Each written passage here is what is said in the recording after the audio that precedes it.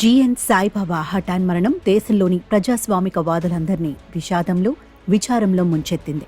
దాదాపు 10 ఏళ్ల జైలు జీవితంలో తన నిర్బంధాన్ని, దేశంలోని హక్కుల అణిచివేతను నిర్విరామంగా వ్యతిరేకిస్తూ స్వేచ్ఛ కోసం పోరాడిన సాయిబాబా నిర్దోషిగా విడుదలైన 7 నెలలకే ఆ స్వేచ్ఛను కనీసంగా కూడా అనుభవించకముందే కన్నుమూయడం పెద్ద విషాదం.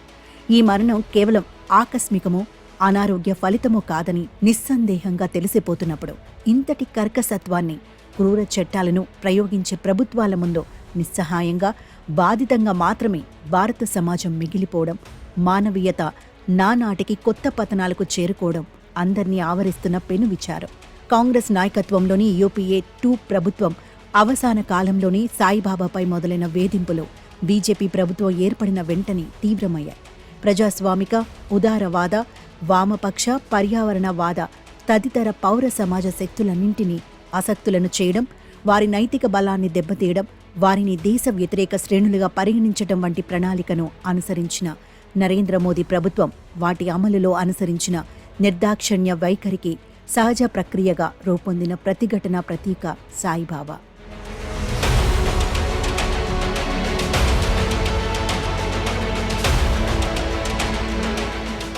మత భావోద్వేగాలతో సమాజాన్ని మైమరిపించి చేయగలిగినప్పుడు రాజకీయ విధాన నిర్ణయాలకు ఏ నైతిక సమర్థనలు అవసరం లేదన్న బలాదూర్ ధోరణి పాలకులలో ఏర్పడుతుంది.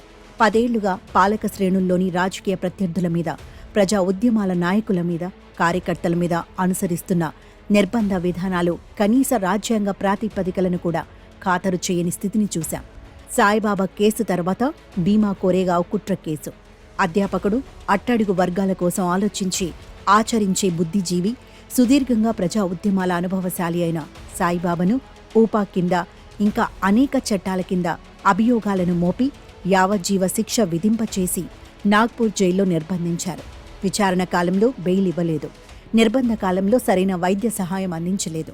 90% వైకల్యం ఉన్న సాయిబాబాకు నేర పరిశోధన, న్యాయపాలన రంగాల్లో చేసిన అన్యాయంతో పాటు కారాగారాధికారుల నియమోల్లంఘన, నిరాధరణ వల్ల ఆరోగ్యం శిథిలమవుతూ వచ్చింది.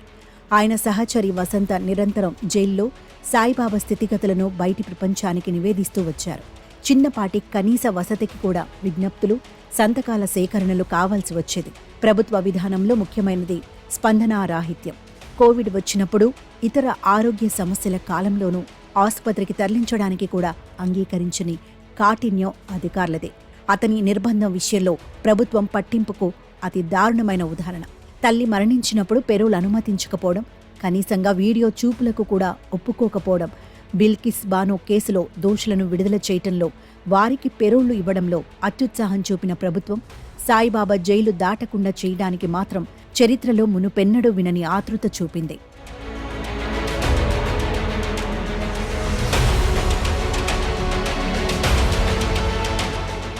2022లో ముంబై హైకోర్టు మొదటిసారి నిరాభియోగం సరైన పద్ధతిలో జరగలేదన్న కారణాలతో కేసును కొట్టివేసినప్పుడు సాయిబాబాను విడుదల కాకుండా చూడడానికి రాత్రికి రాత్రి సుప్రీంకోర్టులో అత్యవసర పిటిషన్ దాఖలు చేశారు.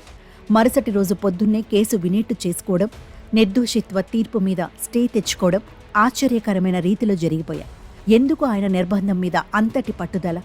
అప్పటికి సాయిబాబా నిర్బంధాన్ని పొడిగించగలిగారు. కానీ ప్రజల దృష్టికి ప్రభుత్వం కార్పణ్యం ప్రస్ఫుటమైంది. జైలులో స్టాన్ స్వామి మరణం పాలకులకు ఏ తృప్తి కలిగించిందో కానీ వ్యవస్థ క్రౌర్యం మీద ప్రజలకు ఏవగింపే కలిగించి ఉంటుంది కదా. తెలుగు విప్లవ కవి వరవరరావును అనారోగ్యంలో ఎంతటి ఇబ్బంది పెట్టారు. బెయిల్ను కూడా ఆంక్షలతో బంధించి బొంబాయి దాటి కదలకుండా చేశారు.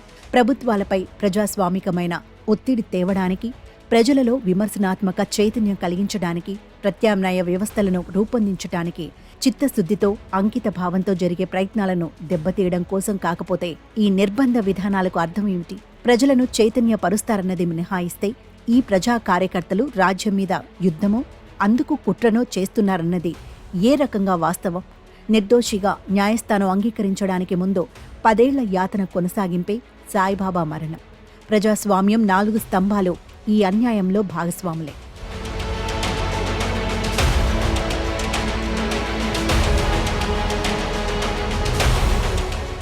కఠిన చట్టాలు, జాతీయ ఏజెన్సీలు, వినయ విధేయ న్యాయస్థానాలు ఎంతగా నిరంకుశత్వానికి వేదికలైనా ఆ ప్రయత్నాలన్నీ నైతికంగా నిస్సారమైనవి.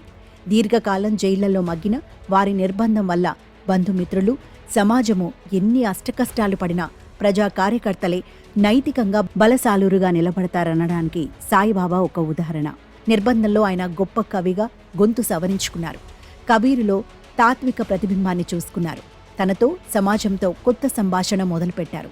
తీక్షణమైన చూపులు, మొహం మీద స్థిరపడిన సన్నటి నవ్వు, ఎక్కడా దైన్యం కనబడని కవళికలు, పరిమితిగా కాక తన శరీరంలో ఒక భాగంగా ఒదిగిపోయిన వీల్చైర్ సాయిబాబా మీద ఆరాధనతో కూడిన గౌరవాన్ని కలిగిస్తాయి. తీవ్రమైన హింసను, వేదనను తట్టుకోగలిగిన సహిష్ణుత, అదే సమయంలో సడలింపు లేని వ్యక్తిత్వం, ఈ రెండూ కలిసి ఆయనను ఒక మహాబలశాలి అయిన ప్రతీకను చేశాయి. నైతిక ఆధిక్యం భారతీయ సమాజంలో తిరుగులేని రాజకీయ ఆయుధమని చరిత్ర చెబుతుంది. సాయిబాబా భారతీయ ఉద్యమాల చరిత్రలో ఒక అధ్యయనాంశంగా నిలిచిపోతారు. భవిష్యత్ కార్యాచరణలకు ప్రేరణగా కొనసాగుతారు. ఆయన ఒక్కరు కాదు, ఒక ప్రత్యేక కాలంలో సామాజిక, సాంస్కృతిక, జాతీయవాదాలు, భావోద్వేగాలు, ప్రగతిశీల చైతన్యాన్ని వెనుకపట్టు పడవేసినప్పుడు, ప్రజాస్వామ్యమన్న మాటే అపచారంగా మారుతున్నప్పుడు, సమాజానికి అంతటికీ హెచ్చరికల వలె సాగిన నిర్బంధాల బాధితులందరికీ సాయిబాబా ఒక పర్యాయ పదం, సర్వనామం.